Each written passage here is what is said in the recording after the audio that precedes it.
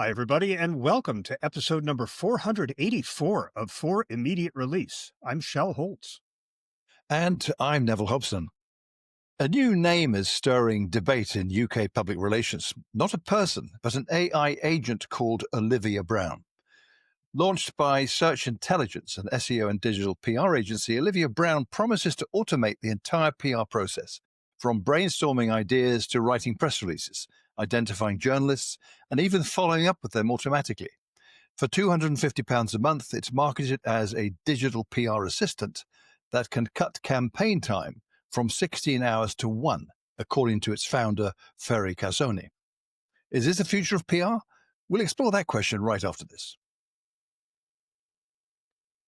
Journalists and PR professionals are sounding alarms about Olivia Brown. Press Gazette reports that Olivia Brown has already been flooding inboxes with AI-generated press releases, complete with invented expert quotes and relentless follow-ups, all camouflaged to evade AI content detectors.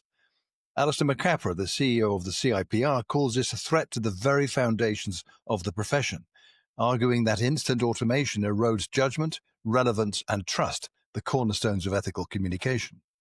Dominic Pollard at City Road Communications goes further, saying this kind of technology flips PR upside down.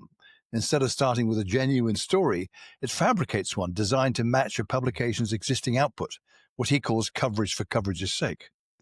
Supporters, meanwhile, frame Olivia Brown as an amplifier of authenticity, not a diluter of it. On LinkedIn, Casoni describes it as a tool that frees up time for creative thinking while improving productivity. Beneath the surface, Olivia Brown isn't just about automation. It forces us to confront a deeper issue. When AI can generate stories, quotes, and even relationships on an industrial scale, where does that leave trust, the single most valuable currency in our profession? Let's unpack what this means for communicators, for journalists, and for the fragile relationship between authenticity and efficiency in the age of AI-driven PR. I'll start with this question. Is this the future of public relations or the beginning of its undoing? Are you asking? Are you asking me? Indeed.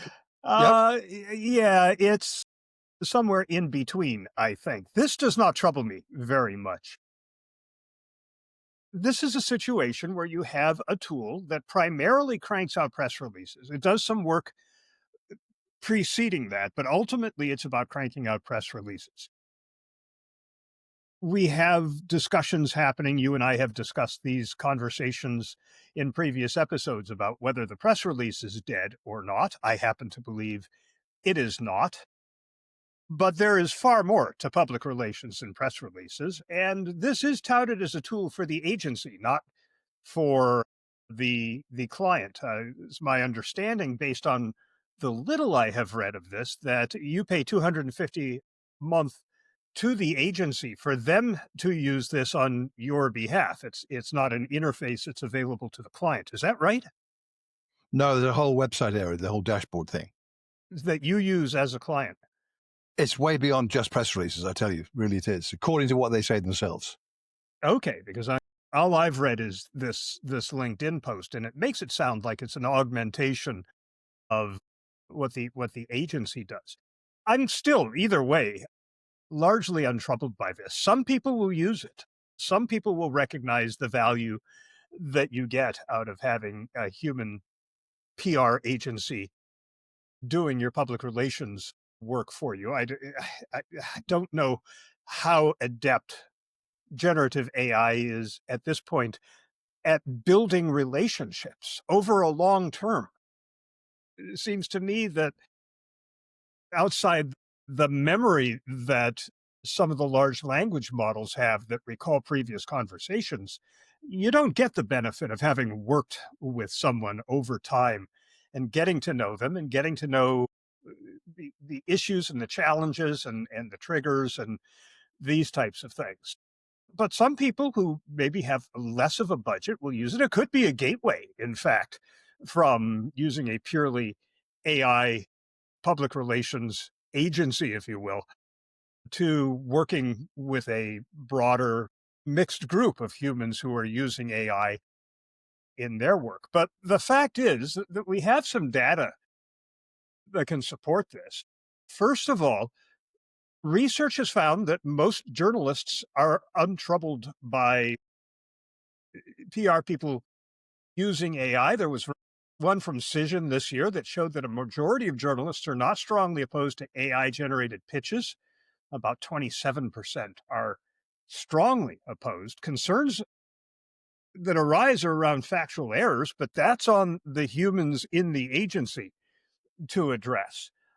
There is another research that says a quarter of press releases that are being distributed right now are already written by AI. So, I mean, we're going to see press releases written by AI. We're going to see PR professionals using AI to help them in their work.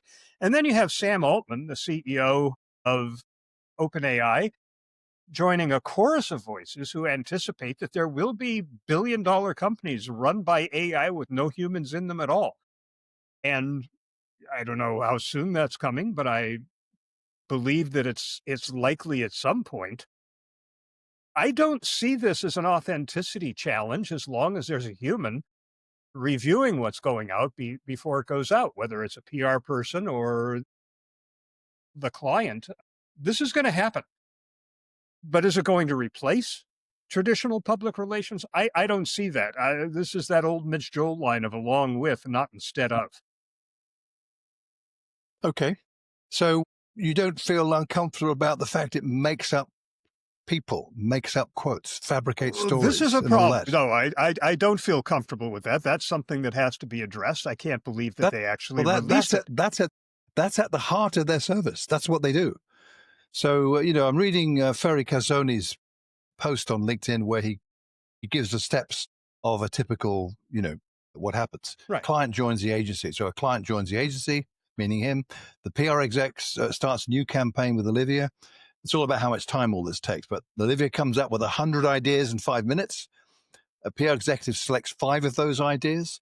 The PR exec goes to the client and asks for expert tips for the 5 campaigns. The PR exec copy-pastes the expert tips into Olivia. It writes up 5 press releases. So there's a press release writing part with the client's tips in 5 minutes. PR exec double-checks the content, tweaks it, and adds their own sprinkle to it if they want to. Once the release is written, Olivia scans 30,000 news articles on news outlets likely to pick up the story and identifies hundreds of journalists for each story separately with high accuracy, creating a personalized on-the-fly media list. Hours saved up to 20, it says. Olivia sends the expert tips via email to all those hundreds of contacts for all 5 stories. Olivia follows up in 2 days to see if journalists need any extra info regarding the story's hours saved. 1, and it doesn't say this, but others have commented, it then relentlessly keeps emailing all those journalists. Have you read it yet? What do you think? Are you going to run it? That kind of talk. He says, without Olivia, all this would take 16 hours. And with Olivia, it takes 1 hour. I mean, come on. This is just crazy in my view. If this is the future of PR, I do not want to be part of this, I tell you. I mean, you're right. We've seen automated press release stories before. I'm not sure. I don't think we reported it on FIR, but I wrote a blog post about it. This podcasting tool that's industrial scale, creating podcasts completely run with AI presenters and so forth. I think it's 3,000 shows a week. It blasts them all out. And it's already all over Spotify. So that is part of our future, I suppose. Is it the future we think it should be? I'm not sure. It troubles me hugely, Shell. I have to tell you that this is out there because many people, you know this as well as I do, are just going to take what it does and blast it out. That's all. And that's most of the criticism I'm seeing. So I'd love to hear from a client or someone who is reputable using this, saying what experience they got and how they feel about it. But right now, it seems to me this surely cannot be the future of public relations. And like I say, it's not the future of public relations. It's part of the future of public relations. Right now, as I have said probably 500 times on this podcast, anybody can hang up a shingle that says they can. Public relations and do work that they claim is sound professional public relations work with absolutely no background in it. We see press releases written by humans, and we know they were written by humans because we saw them before AI was around, that are just awful. This is just another way to produce awful press releases, but it's also a way to speed up a process with people in it. So yeah, you're going to get slop. You're going to get really bad stuff. You're getting that anyway from the industry. If professionals can use this to speed up the process and give better outputs on a quicker schedule to clients with that human intervention of checking the facts. And I'm not necessarily saying it's this Olivia Brown, but something like it that does a better job of research and fact checking. I mean, Ethan Mollick just posted over the weekend that people claim that, oh, I use ChatGPT 5 and it makes stuff up. And he says, not if you use ChatGPT thinking. It makes up far less, but they don't know to go in and do that. So we need a tool like Olivia Brown that knows how to basically fact check and think about what it's doing rather than just spew the first thing that comes into its digital mind. But this is not the be all and end all of PR. Even looking at this entire process outlined in this LinkedIn post, it's still ultimately about sending out press releases and checking with the reporters. You know that there is public relations work that goes far beyond press releases. There's public relations work that never involves sending out a press release. There's crisis communication, there's reputation planning, and the kind of work that we do around building or shifting a reputation. I always like to remember the case, I think it was Burson Marsteller working with, I believe it was Starkist Tuna, that was caught up in the boycott of canned tuna as a result of the dolphins that were being caught in the nets. And the organizations, the activists who were looking for a change in the rules on how they caught tuna, initiated this boycott. StarKist already had policies around dolphin catches. They were already on the sides of the activists, but their product was caught up in this. So what happened is, working with Barson Marsteller, they were able to get the word to the activists in a negotiation with both parties at the table in the same room. Could be done over Zoom now, I suppose. But they came to the conclusion that, yeah, you're the good guys, so we're going to amend our boycott to say, accept StarKist. Wasn't a single press release involved there, and Olivia Brown is not configured to do any of that. So I don't think traditional public relations is going anywhere. This is just a further enhancement of the automated the automated press release concept. We interviewed Aaron Quitkin. He's doing that with Profit. So all this does is add the ideation at the front end and the journalist contact at the back end. Other than that, it's the same product. I just don't see it as that big a deal. But it makes up people. It makes up Olivia facts. Brown, like I say, but that's at the heart of it. That's at the heart of it. This is not, look, this is what's here now, and that's what it's doing. This particular product is not good. The concept is fine. That's what I'm saying. I'm not talking about the concept. That's not what we're discussing here. The concept is this. No, this is what's on the market now. I'm discussing the concept. Sure. No, but, I mean, if it makes up people, the it's point of discussion is to problematic. talk about this in the context of this is what's happening right now. Well, it's the first shot out the gate. It's attracting, well, I don't know about that, Shell. There are others, like you said, but this is attracting quite a lot of comments here in the UK. Maybe it hasn't hit the US radars yet, but it's most comments I'm seeing are very critical. This is not a good thing at all. The notion of this, not the structure of a tool that does all the automation for you. I don't disagree with that at all. But this thing, from what I understand from reading its public website, it's all there in black and white, if you like, on how it does that. I mean, the whole idea of automating selecting 100 plus journalists each time. Here's all the stories it makes up. Then 5 subject you pick. Yeah, these 5 look good. That isn't PR in my book. That's a industrial factory automation system. Send stuff out willy-nilly. You talk about slop. Wow, slop on an industrial scale. In my view, I'd love to hear from a company, at least one, maybe 2, reputable names that we know of with a presence everywhere, using this, who say, wow, this is amazing. Here's what it lets me do. I'd love to hear that. I would love to hear it too. Making stuff up is unacceptable. And either they need to fix this or people need to blacklist it. But what they're doing conceptually, we're going to see more of. PR is Sure. going to be increasingly automated. It could be exactly the same steps, just without the fabrication. And it doesn't seem to me that it would be that big a deal for the people who created this to fix it. Well, Yeah. it's like it seems similar to me to the podcasting example I gave, where they're industrializing PR for coverage's sake. The podcasting example I gave is literally an industrial scale production that's wholly automated by artificial intelligence, including the presenters Have you listened that to sit any of it? there. Yes, I have. And Some are quite good. Some are quite good. But others, you can tell instantly that these are two AIs or voices talking. But a lot of it is, there's no substance to the ones I've listened to. These aren't stories, for God's sake. These aren't worth your time even.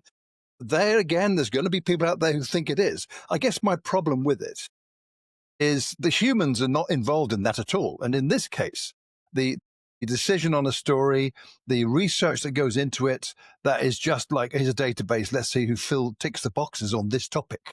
Okay, what's the difference between that and say, what you mentioned, that example earlier, I forgot what it was now. This comes up when you can do this with Star-kissed tuna? No. The method of doing this kind of thing that is already highly automated. Oh.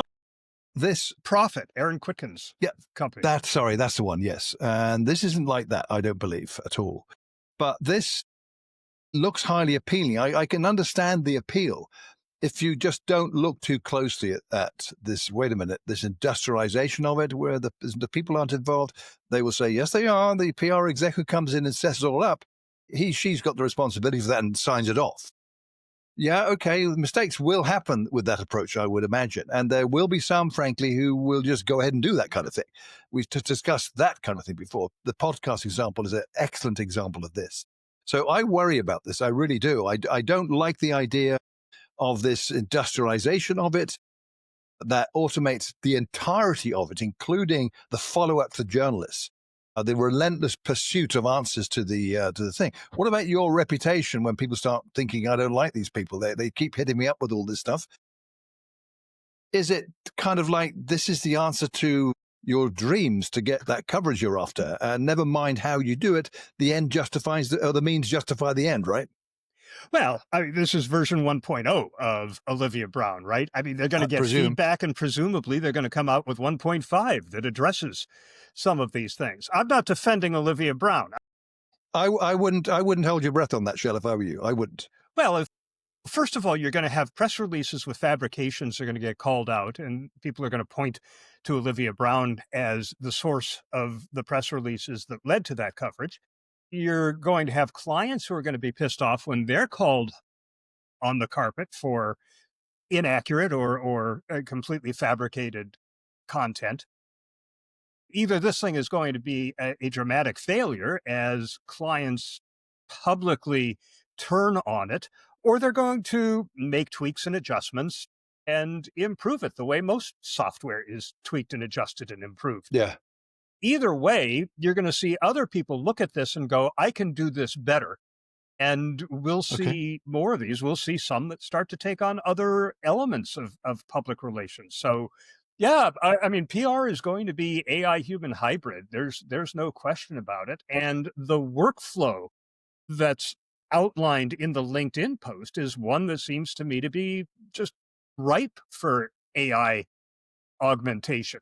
But they've got to fix the problems with this. No question. It's unacceptable to be fabricating in public relations. I mean, accuracy.